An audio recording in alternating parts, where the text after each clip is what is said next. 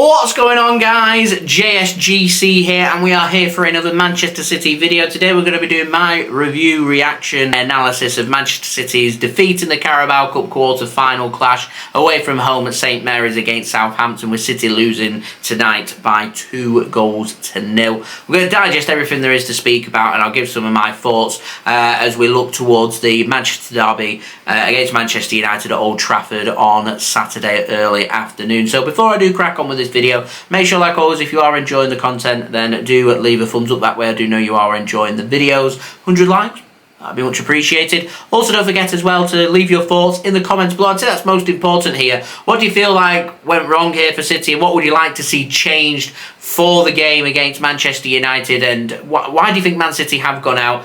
Who do you blame? What could have gone better? Let me know your thoughts in the comments below. Subscribe if you're new around here. Press that red button, press the bell, and put your push notifications on. Social media links, they're in the description below and sliding across at the bottom of the screen if you want to go and follow me on my Twitter and Instagram. Email also in the description below too if you want to hit me up for any sponsorships for any videos or any general business inquiries. Also, don't forget as well, TikTok link in the description too if you want to go and follow me on there. Finally, just wanted to say a big shout out to Kitbag for sponsoring today's video. They have released the latest merchandise for the Chinese New Year. All their links and everything, they're in the description. Go and check them out. I have inquired about the limited edition, very smart Manchester City shirt. However, that has sold out and won't be restocked. It is a limited edition shirt. I did ask the question. I so was hoping that they'd be releasing more, but it doesn't look like that's going to happen. But they have got many more bits of merchandise from the Chinese New Year drop, and plenty of City merchandise as well for you guys to go and check out. So go and check that out. Link is in the description. So let's crack on then with this match review, and we're going to start off first by speaking about the team lineups. Now, I was expecting Manchester City to rotate. What I wasn't expecting was so much rotation, and in particular so much experimentation from Manchester City. But I probably should have read between the lines with Pep Guardiola this morning, speaking about he's got a few ideas in mind about how he can counteract Manchester United to try something new, and I feel like Pep Guardiola tonight has tried something new to try and see how it does, so he doesn't experiment it against United and it all goes belly up, so to speak. And so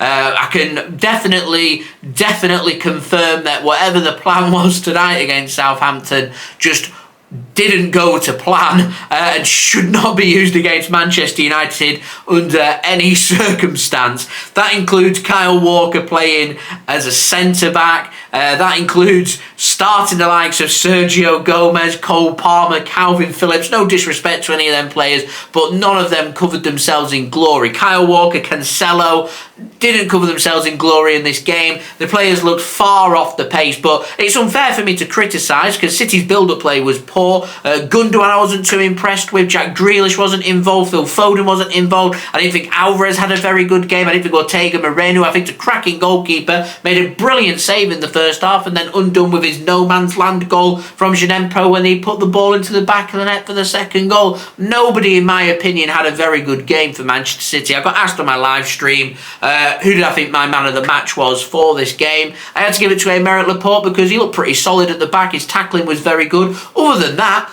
even the substitutes that came on, other than Rodri, who I thought he's world class, he's absolutely world class. City, with their build-up play, looked much better in the second half. The distribution looked much better from Manchester City in the second half, and that all came down to how good Rodri is. In my opinion, I think today really showcases the gulfing difference in quality in City's squad. Kalvin Phillips looks far off the pace of where he wants to be, compared with Rodri, who's right at the very top end of his game. Rodri starts in this game. Manchester City don't lose this game, in my opinion. The mistakes and everything that happened, the pressing and forcing of the issues, they don't happen because Rodri starts this game and City sort themselves out. We look great against Chelsea with a rotated team. Why? Rodri was starting. Rodri comes on in the second half. City's defence looks much tighter. They're still trying to force and push the issue. City look more like Manchester City with Rodri in that team. And I think that's a serious problem going forward because Rodri cannot play every single minute of every single game between now and the end of the season, and if we end up getting an injury to Rodri, then that is going to cause me serious concern. And we spent £44 million on Kalvin Phillips, and in my opinion he is not the answer to rotate with Rodri. Fernandinho wasn't brilliant last season, but did a better job than what Kalvin Phillips is, and I think Rodri right now might have a little smile on his face. He knows his position isn't under threat. Nobody's challenging him for his place. Rodri looks decent. He looks quality. So I think definitely one of the first players on the team sheet for the United game. Rodri, tick. Aymeric Laporte had a good game, tick. Akanji looked pretty composed, tick. And with the injury we've got apparently a little niggle to John Stones as well. I would more than likely think that Akanji probably will be starting that game along with Nathan Ake and Aymeric Laporte and Ederson as goalkeeper. So already we're starting to see a bit of a shape taking place there for Manchester City, and I think Walker will go with his pace rather than Cancelo, and I don't think Cancelo had a very good game in this game to earn himself a start at Old Trafford against Manchester United. But with the amount of changes made by Manchester City, it just simply didn't work. And if City, we've knocked out Chelsea, we've knocked out Liverpool in the Carabao Cup, I'm a little bit disappointed that Man City didn't go with a stronger team to get the job done. Everyone was speaking about how strong Manchester City's bench was, and actually the players out on the field for the starting 11 just didn't look that good for City, and it looked so disjointed first half, and Southampton were all over that and capitalised upon it. They forced the issue, they pressed the issue. They had only 28% of the ball in the first half, yet managed to muster up 6 opportunities, 3 on target, a couple of goals. Very disappointing from Manchester City. Southampton very good and played a very good game, and I was very impressed with their manager Nathan Jones. Looked very motivated out on the touchlines, got Southampton pressing high, playing quality balls into the box, through the middle as well. James Ward-Prowse, not the first time I've said this, looks a really decent high quality player, needed dealing with by Manchester City, and Manchester City didn't really have any answers to Southampton and what they were throwing at us, so fair credit to them. They go through, and in my opinion probably deserved to go through, because Man City were just far off where they needed to be in this game, and it's very disappointing because Man City are a very good team normally in the Carabao Cup, and we've already showed it this season, knocking out Chelsea in a brilliant performance at the Etihad, calm, cool, collective and composed. Against Liverpool, showed we've got the attacking capabilities to create opportunities, to put the ball into the back of the net, but both then games City went with very strong squads, and I think the weakest of the teams we've gone with here was against Southampton. I'm wondering if City are feeling a bit of the impact. We're going for a stronger team against Chelsea, albeit rotated, but it was a strong team, and thinking about other games ahead,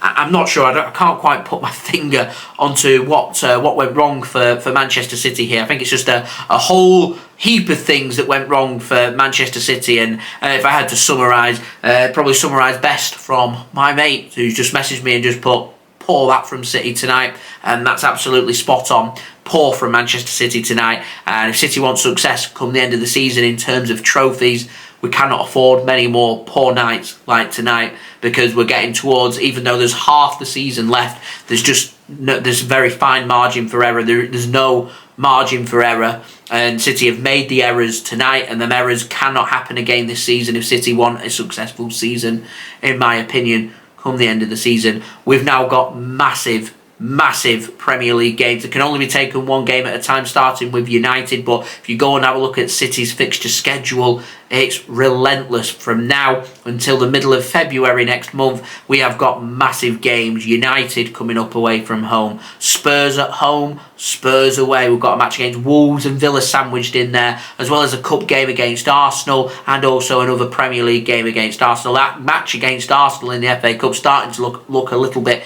insignificant to Manchester City, and it'll be the same for Arsenal, because both them teams will be thinking, well, if we go through, we may as well take the FA Cup seriously and push to really win it, whereas the loser will be thinking, they'll be thinking to themselves, they'll be rubbing their hands and going, actually, we've got full focus here on European football, and more importantly, on the Premier League as well. And as I mentioned in my live watch along, today's result is only regarded as a disappointment, or it needed to be sacrificed. We'll only get the answer to that at the end of the season if Man City end up winning the Premier League. The thing I just can't get my head around is why we took it so serious against Chelsea and against Liverpool to then chuck it away against Southampton tonight. Why let it get that far to the quarter-finals. Why have these games? Why don't just go with a really weakened team against Chelsea in the third round and just be done with it and have that extra rest before Christmas and not even bother with a game against Liverpool and let everybody else have the fixture pile up? Why take it seriously to then not take it seriously? We have this problem in the FA Cup. We take it seriously, we get to the semi-final, all of a sudden we end up with a fixture pile up, loads of important games, and we think to ourselves, because we're now in the quarter-final and semi-final of the Champions League, we go, actually, we need to sacrifice a game.